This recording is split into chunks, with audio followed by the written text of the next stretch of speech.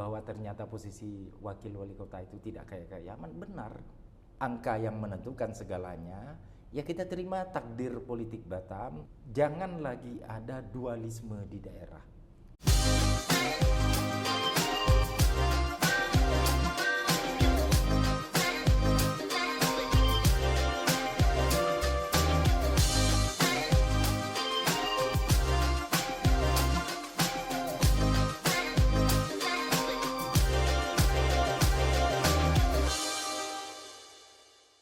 Saudara, ada gium universal dalam politik adalah tidak ada kawan dan lawan yang abadi kecuali kepentingan.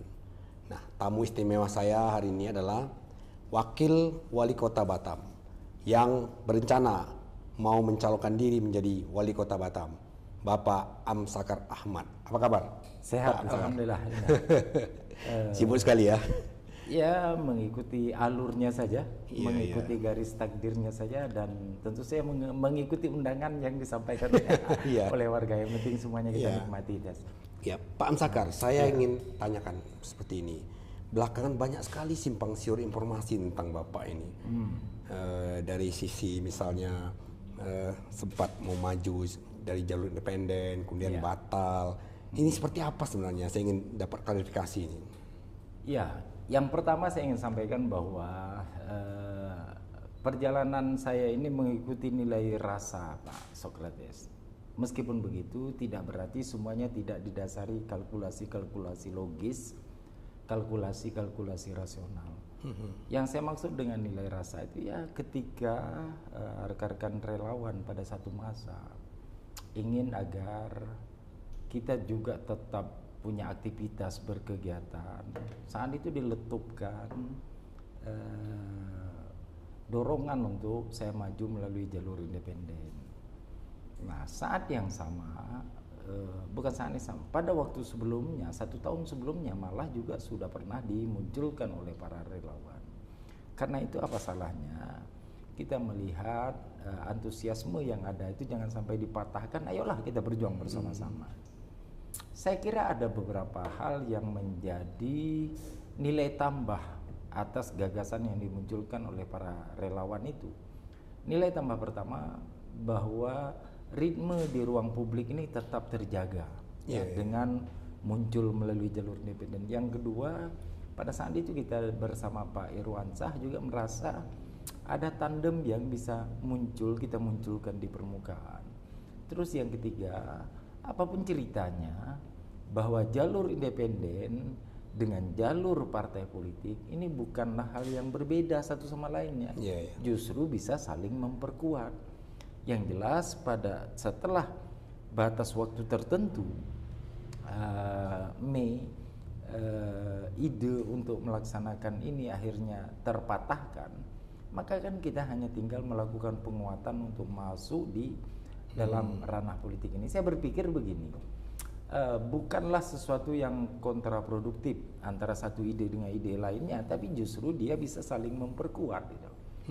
Nah, menurut saya hal ini tidak harus menjadi diskusi-diskusi yang kontraproduktif, karena barang ini bisa saling memperkuat satu sama lainnya, gitu loh, Tes. Tapi yang menarik buat saya, Pak Amsakar, Bapak pernah mengatakan memiliki mazhab politik yang santun, mengutamakan silaturahmi. Tapi dalam prakteknya apa yang Pak Amsakar alami? Ya,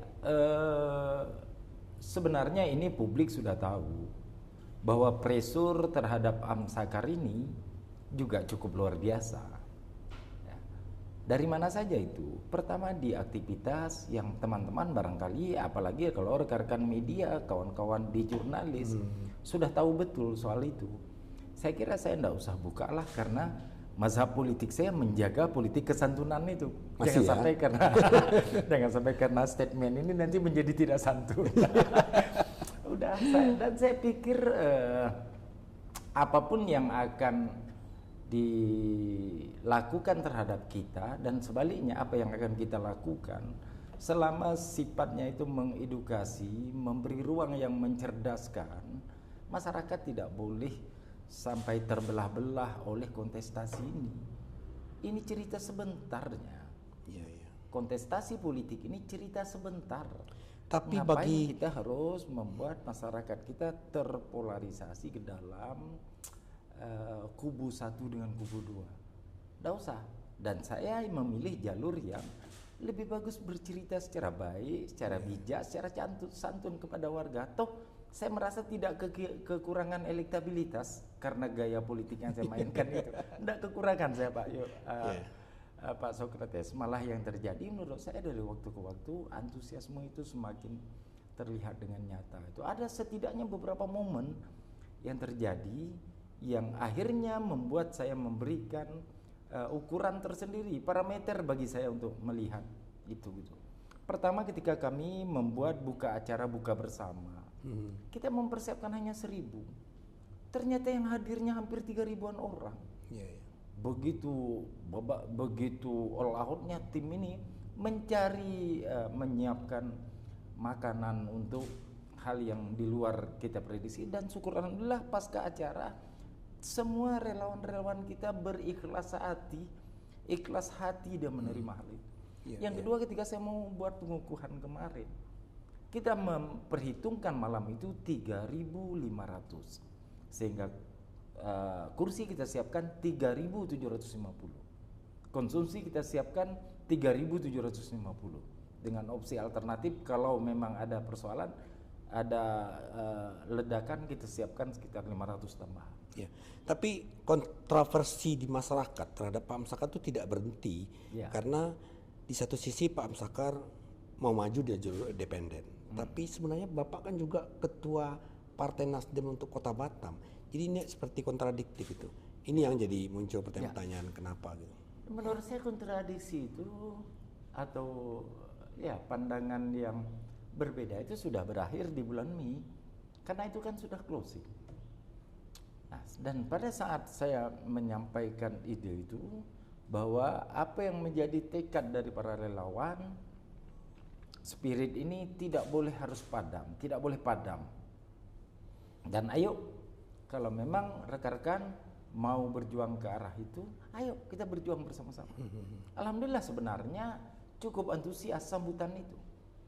Nah, yang saya mau ambil poinnya paling penting itu Pak Sokrates, bahwa ritme di ruang publik itu tidak tenggelam, ditutupi oleh kegiatan penyerahan insentif, ditutupi oleh ada kegiatan penyerahan insentif, ada kegiatan bazar sembako murah, ada kegiatan musrenbang, ada kegiatan pembukaan STQ. Berbagai kegiatan-kegiatan lain itu ternyata bisa diimbangi dengan ritme yang dimunculkan oleh murni arus bawah gitu, murni relawan. Nah, saya pikir kontroversinya di mana? Hanya pada saat menjelang Mei saya. Sekarang kan Mei sudah closing, sudah selesai.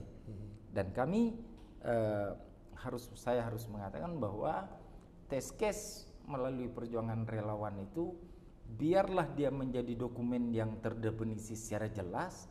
Toh orang-orang ini tidak kemana-mana. Ya, angkanya pada saat kita close itu sudah sekitar 50-an ribu KTP yang masuk. Ya, angkanya pada saat close itu yang kita buat melalui online, bisa KTP saya untuk Amsakar itu, link pendaftaran Amsakar itu, kalau saya tidak salah 36 ribuan Pak Sokrates. Nah, jadi yang pendaftaran melalui KTP itu yang 56 ribuan itu melalui jalur independen, melalui jalur penyerahan KTP itu bundelnya sudah sangat rapi gitu. Dan ada di sekretariat kita. Kemudian Pak Amsakar, saya pernah melihat di rumah Bapak ada spanduk besar. Tulisannya Amsakar mendengar. Ini apa maksudnya? Gini, satu yang menjadi penyakit di beberapa pimpinan kita itu, kita banyak berkata-kata Pak, tidak banyak kita mendengar. Beberapa forum lebih sering itu monolog, penyampaian, lalu seperti apa respon balik, itu kita juga jarang mendengar.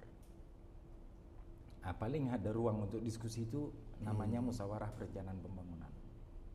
Sahabat Rasul Abu Darda mengatakan, berlaku adillah kamu kepada mulut dan telingamu.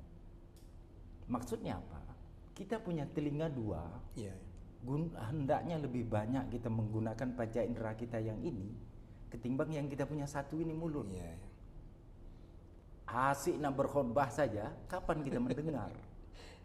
Ini filosofinya dalam ini Pak Amsakar. Iya. Jadi apa yang Bapak dengar dengan Akhirnya slogan kita ini? buka ruang itu. Woi, muncul terus. Nah, sebagian orang mengatakan ini sebentar lagi sesak napas ini, di mana dia harus mempertahankan ritme itu. Ternyata tidak sesak napas. Karena para relawan mengkoordinir dengan caranya masing-masing. Bang, malam ini ada rekan-rekan dari Batu Haji, ada 3 kelompok yang mau datang. Batu Haji yang menginisiasi. Berarti Pak Amsakar sebenarnya menyerap aspirasi. Ya, sifat rumah Amsakar mendengar itu dimaksudkan untuk mendengar apa aspirasi yang berkembang di ruang publik ini. Ya, karena apa, Pak? Karena saya juga butuh second opini, butuh pendapat berbeda. Ya, ya. Tidak hanya sekedar apa yang hari ini kami ambil di posisi formal kami. Nah, ternyata ada persoalan driver online, ada persoalan ojek online, ada persoalan jam kesda, ada persoalan BPJS, ada masalah masuk anak sekolah. Dan justru dari situ kita bisa memahami lebih dalam. Ada satu bundel tebal persoalan dana CSR yang dinilai belum sesuai dengan yang semestinya. Apa masalah-masalah seperti itu selama ini tidak terdeteksi Pak Amsakar?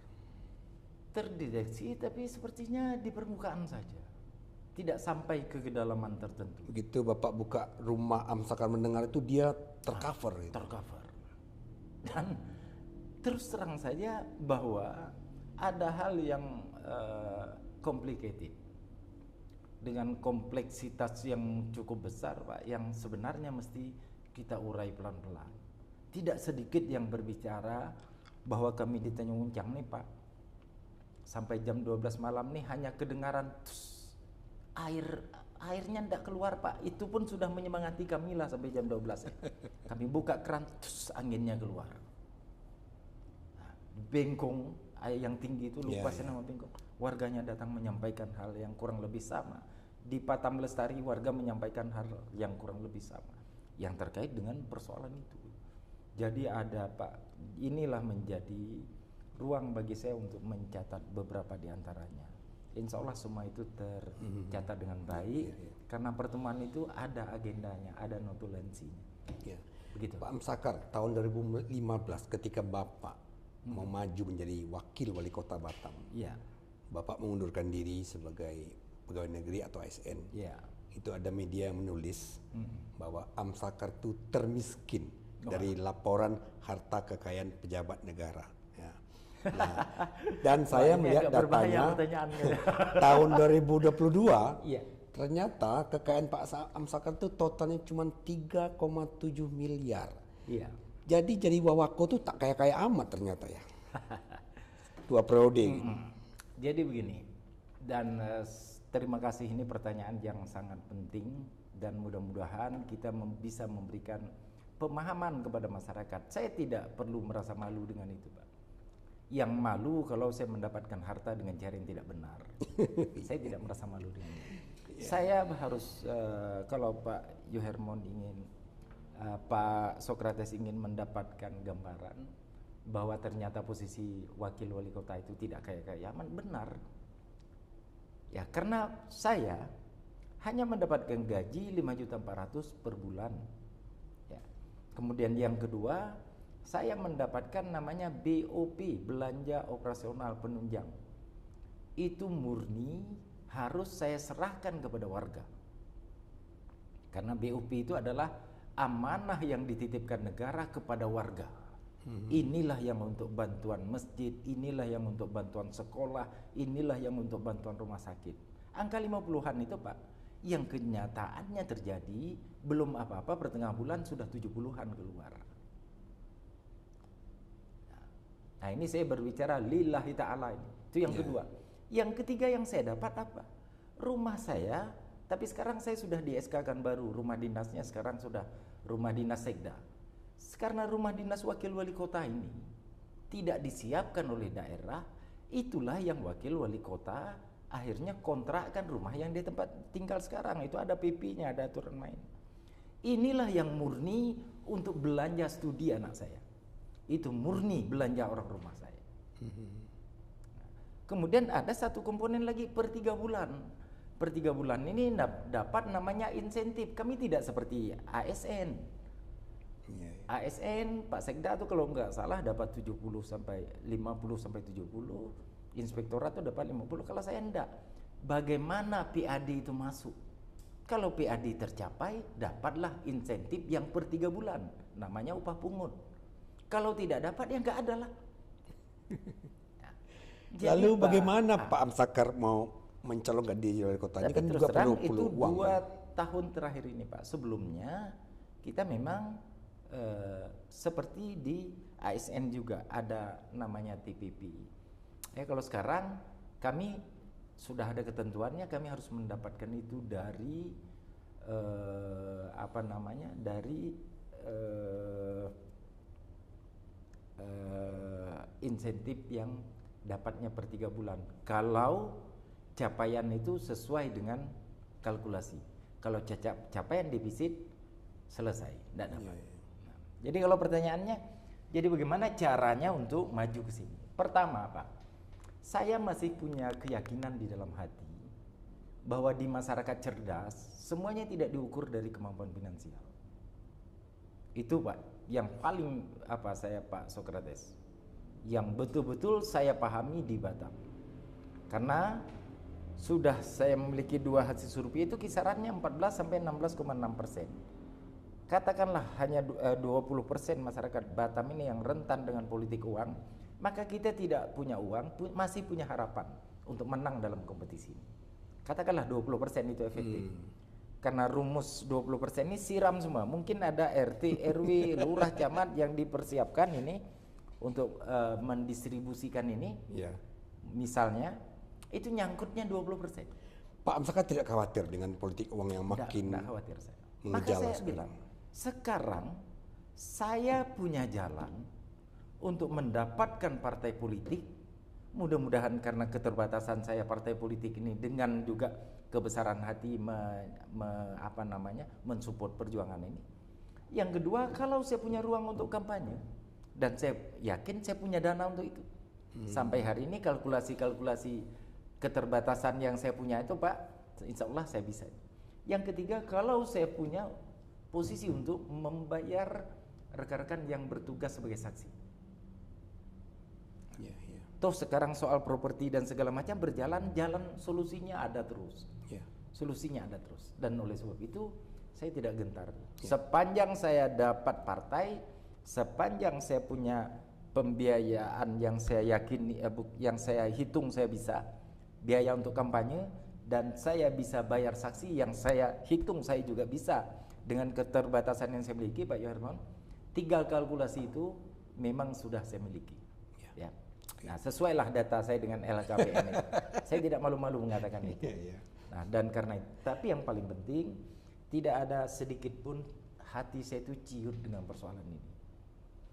Toh kalau kemudian memang angka yang menentukan segalanya, ya kita terima takdir politik Batam, butuh waktu lagi untuk mulai membuka mindset warga.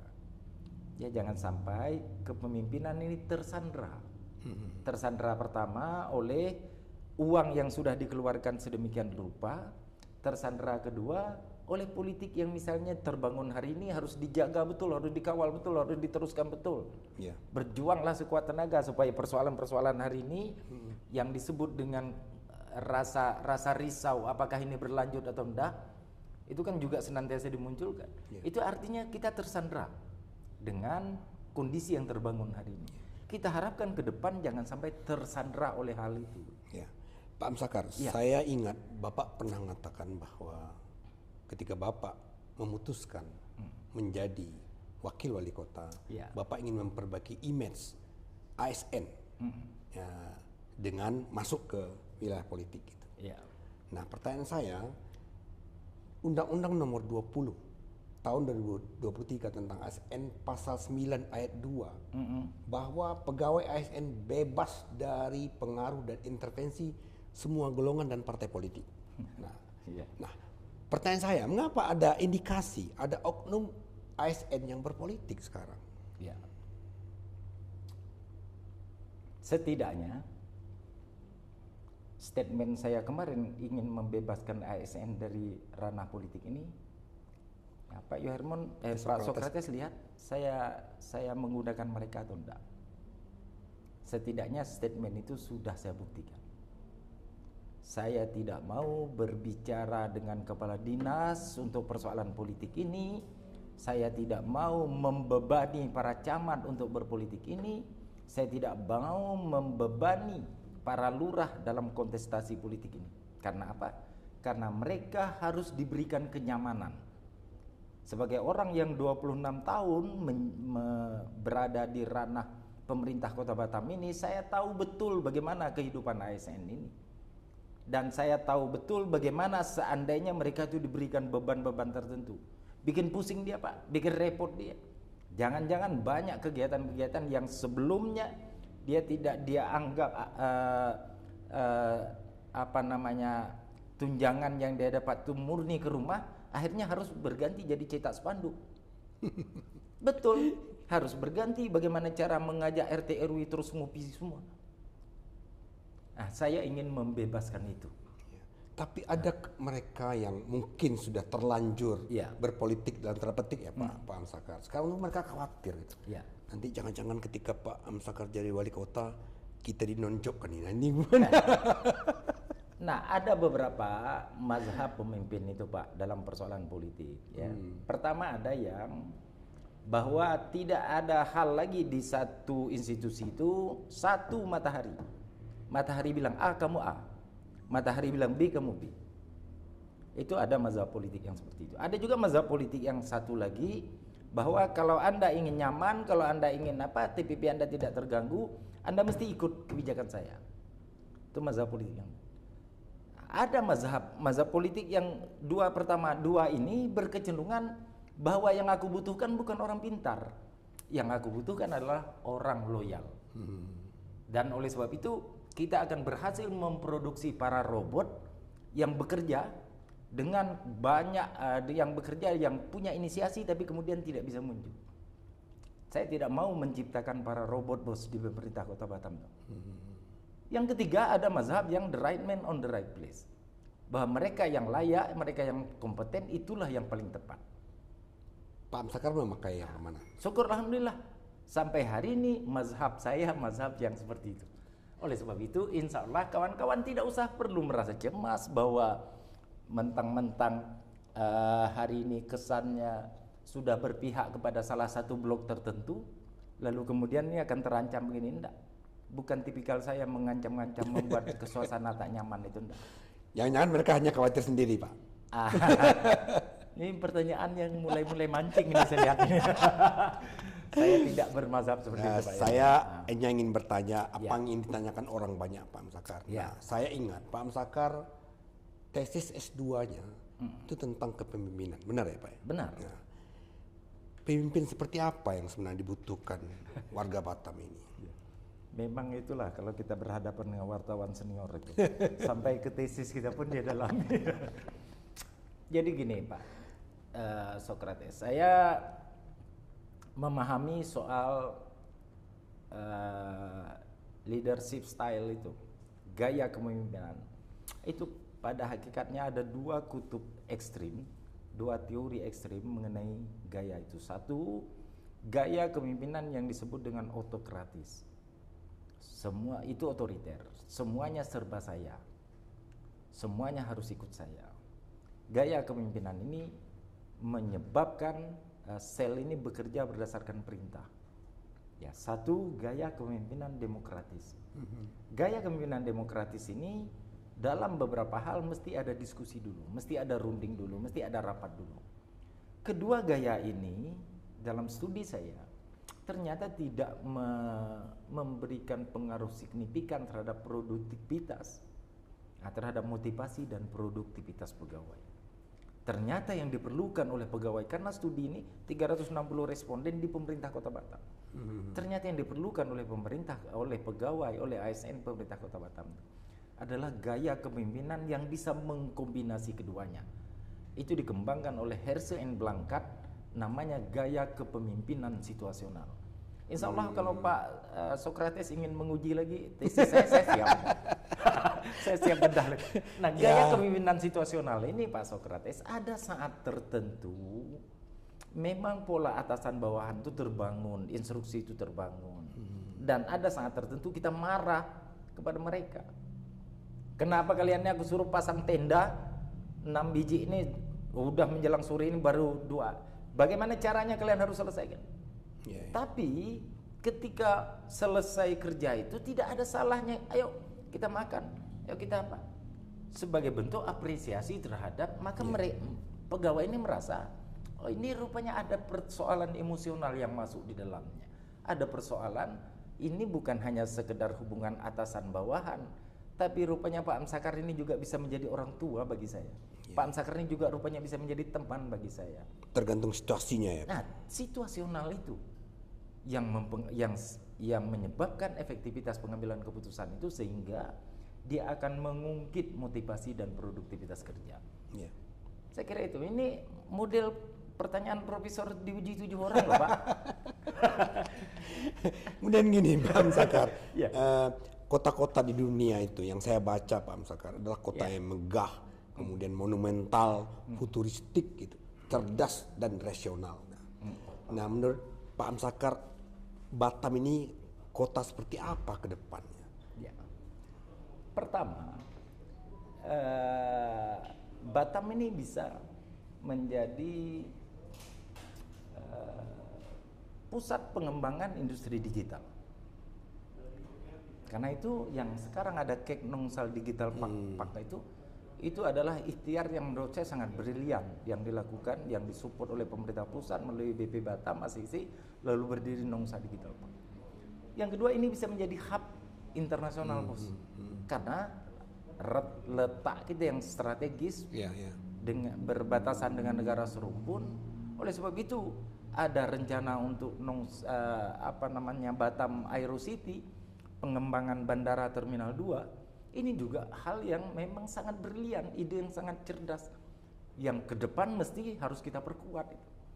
Terus yang ketiga, Batam ini juga kawasan pariwisata yang juga cukup menarik. Maka harus ada sentra-sentra wisata yang harus kita kembangkan. Nah, harus ada produk-produk unggulan yang bisa kita hasilkan. Ini juga bisa mengungkit atau bisa memberdayakan pelaku UMKM yang ada di daerah. Jadi bisa sebagai hub internasional, bisa sebagai kawasan, dan di sini juga berpotensi untuk pengembangan energi baru terbarukan. Kita punya dam, kita punya air yang bisa disiapkan untuk mengambil cahaya matahari. Kan pernah ada ide itu. Nah, jadi bisa di samping core bisnis awalnya sebagai kawasan industri, perdagangan, kemudian pariwisata, alih kapal, basis logistik, maka kita bisa berkaya lagi dengan sebagai kawasan digital untuk pengembangan industri digital, sebagai kawasan pengembangan energi baru terbarukan, sebagai kawasan sebagai hub internasional, dan lebih dari itu bisa kita maintain ini bos. Kita jadikan Batam ini sebagai smart city, kota cerdas, di mana tidak lagi sulit orang mau berbicara harus cari wifi dan segala macam. Enggak. Tinggal kita atur ini sedemikian rupa, kita bikin lalu lintas ini semua termonitor, sehingga kecelakaan yang paling kecil pun atau kecenderungan perilaku kejahatan yang paling kecil pun tidak besar itu biayanya. Tapi ngomong-ngomong soal smart city, sampai sekarang baru sebatas master plan Pak Amsakar. Artinya belum diterapkan gitu. Ya, smart city itu ada beberapa komponen bos. Saya tidak dapat merinci secara detail. Ada beberapa komponen, dan Batam sebenarnya masuk dalam kategori yang terdepan. Ya, di beberapa kota yang ada di Indonesia, Batam termasuk dalam kategori yang terdepan. Dulu yang meng-hire kita itu dari Institut Teknologi Bandung. Dan seingat saya pernah juga saya 2 kali mengambil penghargaan sebagai kota smart city di Indonesia. Nah, tapi ikhtiar ini tidak boleh, itulah yang saya bilang, tidak boleh berhenti pada sekedar tataran konsep atau master plan saja, dia mesti implementatif. Itulah antara lain ikhtiar yang harus dilakukan oleh wali kota ke depan, Bos. Nah, siapa wali kotanya ya kita lihat 2024 ini. Itu Pak Tapi Sokrates ya. ini Pak Amsakar, di satu sisi Batam ini selalu dibayang-bayangi masalah pengangguran, masalah biaya hidup yang tinggi, Iya. masalah daya beli yang merosot. Iya. Jadi ini kan di satu sisi mimpinya seperti tadi, Iya. tapi sisi lain faktanya di lapangan untuk masyarakat rumahan menengah ke bawah itu Iya. seperti itu. Bagaimana solusinya Pak Amsakar? Nah, itulah yang saya juga jadikan insya Allah Pak Sokrates akan menjadi visi saya ke depan itu. Bagaimana agar ekonomi kerakyatan ini kita tumbuhkan. Dia diberi tempat. Nah, menurut saya apa yang terjadi di Batam hari ini, investasi alhamdulillah lompatannya bagus sekali. Pembangunan infrastruktur alhamdulillah bagus sekali. Kemudian pertumbuhan ekonomi Batam alhamdulillah melejit terus. Nah, tetapi memang ada beberapa hal di belakang itu yang mesti pelan-pelan kita harus urai. Apa saja itu? Yang pertama soal tingkat pengangguran terbuka. Yang kedua soal angka kemiskinan. Nah, yang ketiga soal bagaimana kesenjangan antara fasilitas pendidikan dengan jumlah peserta didik. Kemudian yang keempat, bagaimana persoalan ketenaga kerjaan yang unskilled, yang tidak terampil. Nah, ternyata untuk beberapa hal Pak Sokrates setelah saya dalami, untuk persoalan ketenaga kerjaan, itu antara lain bagaimana agar seluruh rekan-rekan kawasan, ya pelaku usaha besar di sini, kita kumpulkan bersama-sama, ayo. Nah, kita berdiskusi bersama-sama, bos, bagaimana agar dalam persoalan rekrutmen, you bantu 10-15% aja anak negeri udah. Selebihnya Anda gunakan PJTKI dari berbagai tempat, nggak ada persoalan. Nah kan selama ini pakai istilahnya BAM, langsung PJTKI dari Sumatera Barat, dari Sumatera Utara, dari Jawa Barat, dari Jawa Timur. Nah anak negeri ini mesti diberi tempat. Itu satu. Agar pada proses rekrutmennya kita juga mesti berikan atensi. Yang kedua, saya di Glatek itu 2 kali membuka acara pelatihan. Dan alhamdulillah sekolah yang dia punya itu Pak Sokrates sudah berstandar, ya sertifikasinya sudah berstandar internasional. Yang pertama 25 orang dia meluluskan 25 orang, kalau nggak salah saya. 3 orang diantaranya bekerja di Brazil 1, bekerja di Kuwait 1, bekerja di Arab Saudi 1. Yang last baja besar, PT Glatek. Dan yang kemarin kedua juga. Nah maksud saya CSR ini juga bisa menjadi model, juga bisa menjadi pola untuk memberdayakan tenaga kerja sehingga mereka dari yang unskill ini bisa ke arah skill gitu. Kira-kira Pak Amsakar, seandainya Bapak nanti jadi wali kota berikutnya gitu, apakah Bapak akan menjadi wali kota yang pro bisnis dan pro dunia usaha? Pasti Pak. Karena tipologi Batam itu memang harus itu prasyaratnya. Menurut saya malah prasyarat pertama itu. Pro bisnis, pro pelaku usaha, tapi juga pro UMKM Pak. Karena Batam ini sekali lagi ditakdirkan sebagai kawasan industri, perdagangan, alih kapal, basis logistik, pariwisata. Itu memang core-nya, tendensinya, penekanannya memang pada aspek ekonomi. Tapi masalah tiket ferry Batam Singapura itu sampai sekarang tidak selesai Pak. Nah makanya sekiranya mazhab kita ini sejalan betul dengan presiden, kita bisa rembukkan ini bos. Nah, Pak Sokrates, kita ini ada ranah kewenangan yang harus levelnya itu Jakarta. Ada yang levelnya gubernur, ada yang levelnya kabupaten kota. Kalau dia sudah menyangkut hubungan antar negara, itu ranah kewenangannya ada di Jakarta, di Kementerian Luar Negeri atau di Presiden RI. Tapi saya yakin ini hanya soal bagaimana kita membawa gagasan ini secara konkret kepada pengambil kebijakan di Jakarta. Bagaimana kita memulai diskusi ini secara konkret kepada pengambil kebijakan di level atas kita, gubernur misalnya. Selama 3 hal ini bisa berjalan seiring, kota oke, gubernur oke, Jakarta oke, ini hanya penajaman di kementerian saja, bos. Jadi kalau hanya visa on arrival yang beberapa saat menjadi perbincangan oleh teman-teman kita yang lain untuk bagaimana agar diturunkan angkanya, saya yakin itu bisa kita lakukan. Tapi saya tidak mau mengatakan ini sebagai sebuah janji, ya karena kewenangannya tidak pada kita. Tapi saya akan berikhtiar menjumpai seperti Kumham, imigrasi kan di sana, nah, dan luar negeri, saya pasti akan berikhtiar untuk membuka keran itu. Apakah wali kota berikutnya ini Pak Amsakar masih menjadi ex officio kepala BP Batam? Nah, ini dia. Ini pertanyaan yang sangat menarik. Berdasarkan pengalaman bahwa keberadaan Otorita Batam ini saat itu bernama Otorita Pengembangan Daerah Industri Pulau Batam (OPDIP) melalui Kepres 41 tahun 73 yang kemudian memutuskan bahwa seluruh wilayah Pulau Batam ini adalah wilayah Otorita Pengembangan Daerah Industri Pulau Batam dengan 5 core bisnisnya sebagai kawasan industri, perdagangan yang saya sampaikan tadi, alih kapal, pariwisata, dan basis logistik. 5 core bisnis, dan itu dibangunlah dengan berbagai format, Pak. Ada yang namanya bonded zone, ada sampai kemudian free trade zone seperti sekarang. Nah, ini apa hal pertama yang ingin saya sampaikan? Sekarang lahir PP 62 tahun 2019 tentang perubahan atas peraturan pemerintah nomor 46 tahun 2007 tentang kawasan perdagangan bebas dan pelabuhan bebas Batam. Itu memberi amanat kepada, ya, peraturan pemerintah itu memberi amanat kepada wali kota Batam.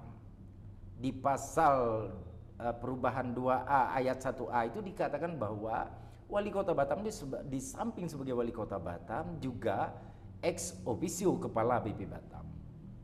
Nah, berdasarkan rentang perjalanan yang ada selama ini, kita menangkap selama 5 dasawarsa Batam dibangun, kita menangkap bahwa era sekarang lah era yang paling kondusif, paling sejuk, yang dibuktikan dari lompatan pertumbuhan ekonominya bahkan mencapai 7% selama rentang waktu sejak ex officio, yang dibuktikan dengan pertumbuhan investasinya bahkan bisa 3 sampai 4 kali lipat dari sebelumnya. Bapak bisa lihat ada Kek Nongsa Digital Park, ada Kek Batam Aero City, sebentar lagi akan ada Kek Kesehatan, dan ada pembangunan pelabuhan, juga ada rencana pengembangan Batam Rempang. Nah, lompatan-lompatan ini adalah momentum yang menunjukkan kepada kita bahwa policy kebijakan yang diambil oleh Jakarta sudah berada pada relnya. On the track. Sudah on the track. Dan oleh sebab itu, ini tentu saja harus murni kita kembalikan kepada Pak Presiden ke depan. Karena ranahnya bukan undang-undang, bos. Ranahnya peraturan pemerintah. Peraturan pemerintah clear oleh Pak Presiden. Nah, karena itu mau soal ex officio ini dipertahankan atau tidak, saya percaya Presiden pasti akan mengambil kebijakan terbaik di daerah ini. Mau diberikan kepada A atau kepada B, saya yakin semuanya akan sudah dikalkulasi secara baik. Tapi kalau berbicara soal harapan, saya masih mengharapkan agar jangan lagi ada dualisme di daerah. Karena itu sangat kontraproduktif. Ya, jangan ada dualisme di daerah. Bagaimana format yang akan diambil? Ya, kita percaya Pak Presiden pasti akan memiliki kajian yang lengkap soal itu. Nah, saya bisa berbicara ini cukup dalam, Pak Sokrates, karena terus terang saja rapat ini saya 18 kali hadir sampai ke situ.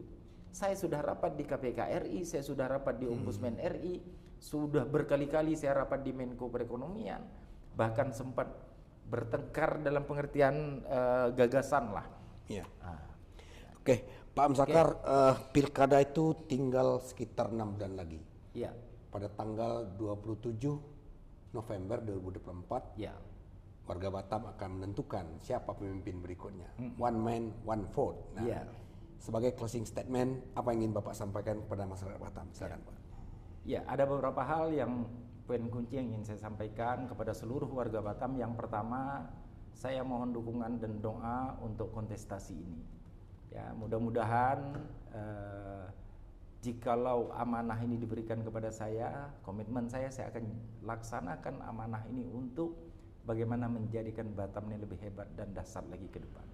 Ya, yang kedua saya akan sampaikan, saya juga perlu tegaskan bahwa tidak ada tendensi personal dalam persoalan ini. Ya, karena saya masih punya tenaga, saya merasa masih cukup kuat dan masih ada sejumlah mimpi yang memang hendak saya wujudkan. Memang etape inilah yang saya kira paling tepat saya pilih. Ya, yang ketiga mohon doa agar semua yang kita harapkan ini betul-betul mendapat restu dan ridho dari Yang Maha Kuasa, dari Allah Subhanahu wa taala. Sehingga jangan sampai hati kita membuat kontestasi ini membuat masyarakat kita ini semakin terbelah dan terpilah. Selain itu, kepada teman-teman kita yang lain yang juga akan menjadi kontestan, ya saya harapkan saatnya lah kita menjadi bagian yang membangun politik yang mencerdaskan kepada warga. Tidak usah membuat warga kita galau, tidak usah membuat warga kita cemas. Kompetisi ini hanya satu kali saja pada saat tanggal 27 itu. Setelah itu kita semua bersaudara, kita semua adalah warga yang mesti bahu-membahu lagi membuat Batamnya lebih hebat lagi ke depan. Saya kira itu pesan yang ingin saya sampaikan. Oke, demikian saudara obrolan saya yang luar biasa dengan Pak Am Sakar Ahmad, Wakil Wali Kota Batam yang akan maju mencalonkan diri menjadi Wali Kota Batam. Sukses selalu Pak Am Sakar. Terima kasih Pak Sokrates. Ikuti terus Sokrates Talk. Mantap.